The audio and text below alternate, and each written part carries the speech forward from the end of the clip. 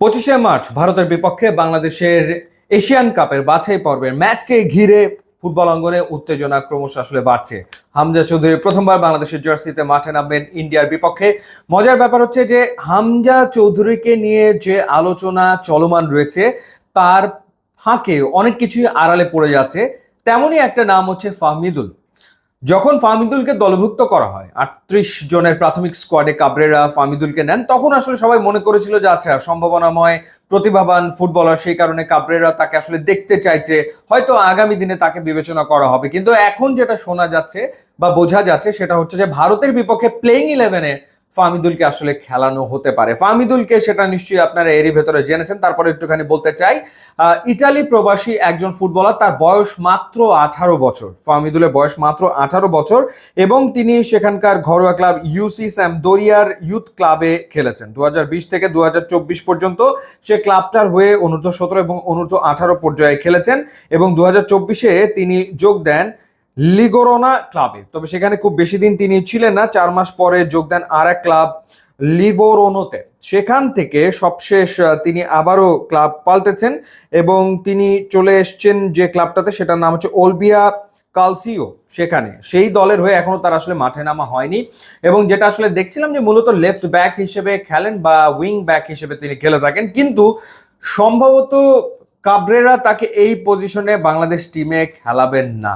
বাংলাদেশের ঠিক এই মুহূর্তে প্র্যাকটিস ক্যাম্প চলমান রয়েছে তাইফে, সৌদি আরবে, এবং সেখানে বাংলাদেশে একটা প্র্যাকটিস ম্যাচ এর ভেতরে খেলে ফেলেছে। খেলার কথা ছিল সুদানের বিপক্ষে, কিন্তু সুদান শেষ মুহূর্তে ম্যাচটা না খেলায় সেখানকার একটা ক্লাব, স্থানীয় ক্লাব, একেবারে স্থানীয় ক্লাব আল ওয়েদাতের বিপক্ষে Bangladesh close door practice match খেলেছে এবং সেই ম্যাচে বাংলাদেশ অনেকগুলো গোল টোল করেছে এবং যতটুকু জানতে পারলাম যে সেখানে এই ফাহমিদুল সেও আসলে গোল করেছে।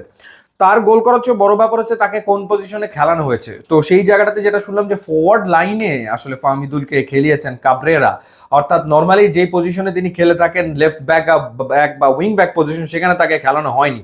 এর কারণ হচ্ছে যে তার যেই ব্যাপারটা খুবই স্পেশাল সেটা হচ্ছে স্পিড, গতি। 18 বছর বয়স এবং তার গতিটা ভীষণ রকম পছন্দ হয়েছে আমাদের কোচ কাবরেরার, এবং তার গতিটাকেই মূলত সে কাজে লাগিয়ে তাকে আসলে ফরওয়ার্ড লাইনেই ট্রাই করে দেখতে চান কাবরেরা।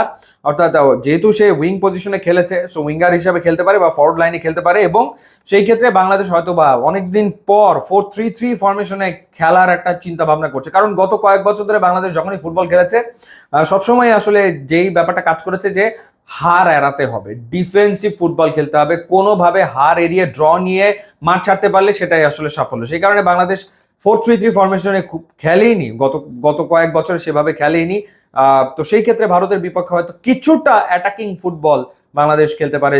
আগের ভিডিওতে আলোচনা করেছে যে অ্যাটাকিং মিডফিল্ডার হিসেবে হামজা চৌধুরী যদি খেলে, তার ঠিক নিচে ডিফেন্সিভ মিডফিল্ডার হিসেবে জামাল ভুঁইয়া, তার নিচে হয়তো ডিফেন্সের তারেক কাজী থাকলো, ওপরে মোরসালিন একদিকে থাকলো বা রাকিব থাকলো, তার সাথে হয়তো ফাহমিদুল তিনিও ফরওয়ার্ড লাইনে আসলে খেলবেন বা খেলতে পারেন, সেই সম্ভাবনা উজ্জ্বল। এবং ভারতের বিপক্ষে হামজা চৌধুরীর সাথে একই সাথে অভিষেক হওয়ার সম্ভাবনা খুবই প্রবল এই 18 বছর বয়সী তরুণ তুর্কি ইয়াংস্টার এবং ভীষণ রকম স্পিডি ফুটবলার ফাহমিদুলের, এবং সেই কারণেই কিন্তু একেবারে ডিরেক্ট তাকে দলভুক্ত করেছে কাবরেরা, এবং ইটালি থেকে সরাসরি তিনি সৌদি আরবে এসে দলের সাথে যোগ দিয়েছেন। এমন না যে কাবরেরা তাকে আলাদাভাবে দেখেছে কোনো প্র্যাকটিস, তেমনটা হয়নি, সরাসরি তিনি যোগ দিয়েছেন। কতটা আসলে কোচ কাবরেরা ইমপ্রেসড ফাহমিদুলকে নিয়ে সেটাই কিন্তু আসলে বোঝা যাচ্ছে। তো দেখা যাক এই তরুণ তুর্কি বা কাবরেরার যে স্ট্র্যাটেজি সেটা ভারতের বিপক্ষে কাজ করে কিনা। জানিয়ে রাখি যে ইউটিউব এবং ইনস্টাগ্রাম লিঙ্ক দেওয়া আছে, আপনারা যোগ দিলে খুবই খুশি হবো। And thanks for watching.